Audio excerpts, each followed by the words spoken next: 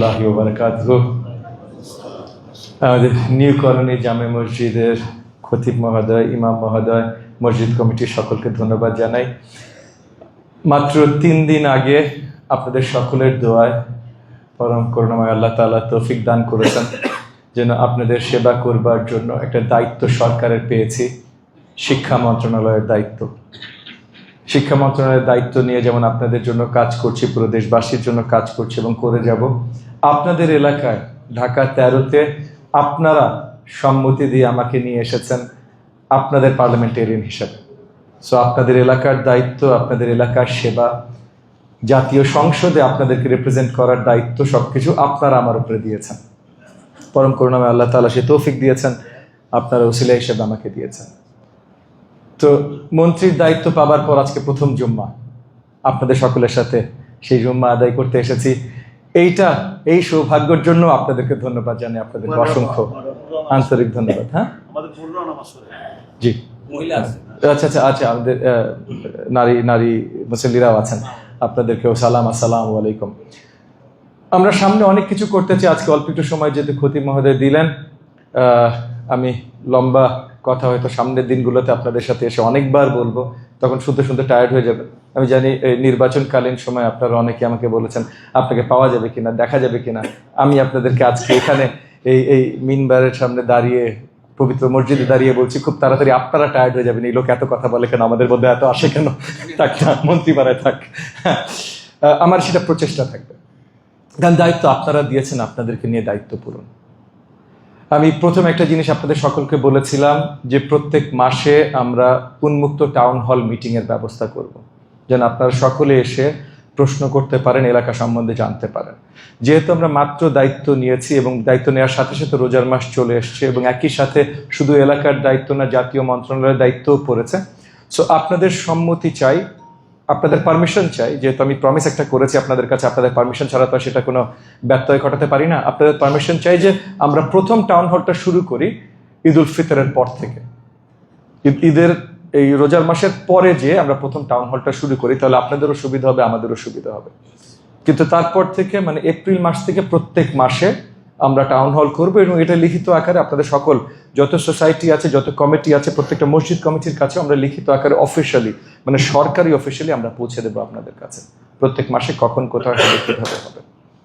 একই সাথে আপনাদের এলাকার জন্য এখন যেহেতু আমরা লোকাল নির্বাচন এখনো পাইনি, সিটি কর্পোরেশনের প্রত্যেকটা আপনার কাউন্সিলের দায়িত্বে অ্যাডমিনিস্ট্রেটররা আছে, অ্যাডমিনিস্ট্রেটরদেরকে আমি ডেকে নিয়ে আগামী 2-1 দিনের ভিতরে তাদেরকে দায়িত্ব দিব এবং আপনাদের সকলের কাছে সঠিক হটলাইন নাম্বারগুলো পৌঁছে দেব, যেন আমার সাথে যোগাযোগ করবার জন্য বা এলাকার, আসলে আমার সাথে যোগাযোগ করা তো আপনাদের কারোর আসলে প্রয়োজন নাই, আপনাদের প্রয়োজন হলো এলাকার কাজ।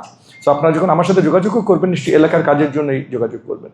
সো এলাকার কাজ, এলাকার সমস্যা, এগুলো নিয়ে যোগাযোগ করবার জন্য ওই আপনার ওয়ার্ড কাউন্সিল অফিসের সঠিক নাম্বার যেন থাকে, আপনারা যেন যোগাযোগগুলো করতে পারেন। একই সাথে আমি চেষ্টা করবো আগামী 1-2 সপ্তাহের ভেতরে প্রত্যেকটা এলাকায় মসজিদ কমিটি বেসড, হাউজিং সোসাইটি, আপনার স্কুল কলেজ যতগুলো কমিটি আছে, এইসব কমিটিদের সাথে বসতে এবং এইসব কমিটিদের সাথে বসে কমিটির মুরব্বীদেরও দায়িত্ব দেওয়া হবে, তারা যেন আপনাদের এলাকার সমস্যাগুলো নিয়ে ডিরেক্টলি আমার সাথে রেগুলারলি বসেন। সো আপনারা খুব তাড়াতাড়ি জেনে যাবেন আপনাদের এলাকায়, সো মনে করেন আপনাদের এই মসজিদ কমিটির প্রেসিডেন্ট সেক্রেটারিকে হয়তো দায়িত্ব দেওয়া হতে পারে, তখন আপনারা মসজিদে এসে তাদের সাথে যোগাযোগ করতে পারবেন। আমরা সবকিছু স্ট্রিমলাইন করতে চাই, আমরা আপনাদেরকে আসলেই সেবা দিতে চাই, সো সবকিছু স্ট্রিমলাইন করব যেন আপনারা খুব সহজে, কারণ আমাকে যদি সবাই ফোন দিতে চান, আমার ফোন নাম্বার আমি দেখলাম এখন মোটামুটি আর কি বাংলাদেশের হয়তো অর্ধেক মানুষের কাছে আছে, কারণ আমার ফোন এমন হয় যে একসাথে 5টা বাজে, মানে ফোন একটা ভাই, কিন্তু নর্মাল ফোন বাজে, হোয়াটসঅ্যাপ বাজে, মেসেঞ্জার বাজে, সিগন্যাল বাজে, আরও কয়েকটা এরকম অ্যাপ আছে, সব একসাথে বাজে।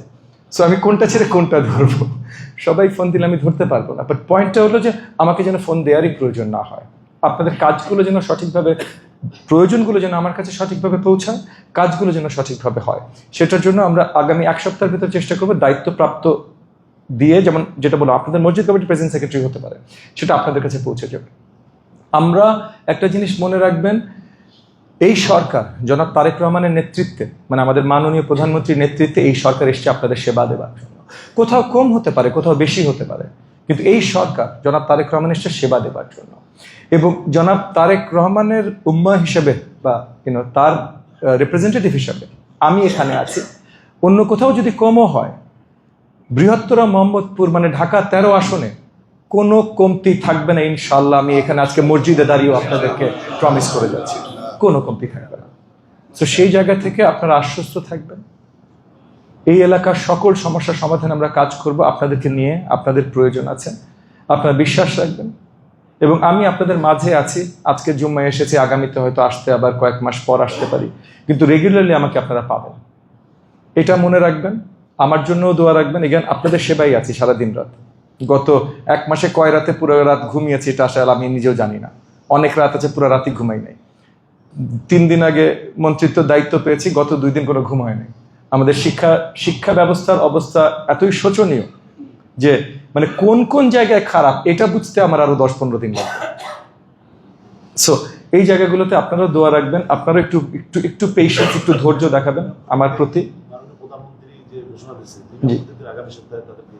জি জি হ্যাঁ, আমাদের তো অবভিয়াসলি আমাদের আলেম সমাজের জন্য অনেক স্পেশাল ব্যবস্থা আছে, সেগুলো যেহেতু জাতীয়ভাবে আছে মাননীয় প্রধানমন্ত্রী জানাবেন। এবং সেখানেও খতিব মহোদয়, ইমাম মহোদয়, আপনাদেরও লোকালিও কোনো প্রয়োজন থাকলে আমার সাথে যোগাযোগ করবেন। আমি আছি, আমি সারাক্ষণ আপনাদের সেবাতেই আছি, অন্য কিছুতে নাই। তো আমি আর আমার বক্তব্য লম্বা করব না, আমরা পবিত্র জুম্মায় চলে যাব। শেষ একটা কথাই বলি, এই দেশটা আমাদের, এই এলাকাটা আমাদের। আমি আপনাদের সেবায় এসেছি, হয়তো সরকার আমাকে কিছু ক্ষমতা দিয়েছে এক্সট্রা, যে কোনো একজন মানুষ, নর্মাল মানুষ যা করতে পারে আমি তার থেকে একটু এক্সট্রা করতে পারি, কিন্তু সবাই মিলে না করলে আসলে কিছু হবে না। সবাই একসাথে থাকবো, সবাই একে অপরের প্রতি সহানুভূতি, ভালোবাসা দেখাবো। একজন আরেকজনের সাথে আমরা কোনো ধরনের বিভেদ সৃষ্টি করব না। এর আগে যার যে রাজনৈতিক বিভেদ ছিল, ওই দল করে ওই দল করে, বা নির্বাচনে অনেক বিভেদ সৃষ্টি করার প্রচেষ্টা হয়েছে, এই জিনিসগুলো শেষ। এখন যেন আর বিভেদ না হয়।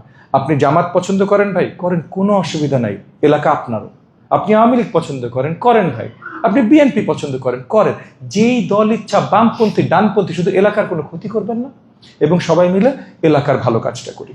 তাহলে আপনাকে যদি কেউ সমস্যা করে আপনার দলীয় পরিচয়ের জন্য, আপনি ডিরেক্টলি আমারে ফোন দেন, আমি অন্য কারো ফোন না দিলে আপনার ফোন।